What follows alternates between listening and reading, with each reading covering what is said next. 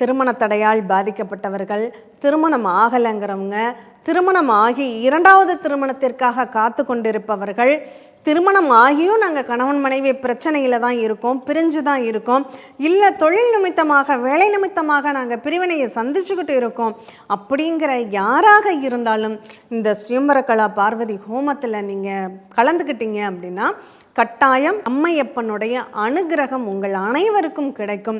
நல்லபடியாக உங்களுக்கு திருமண பந்தம் சிறப்பாக இருக்கும். கணவன் மனைவி ஒற்றுமை செழிக்கும்.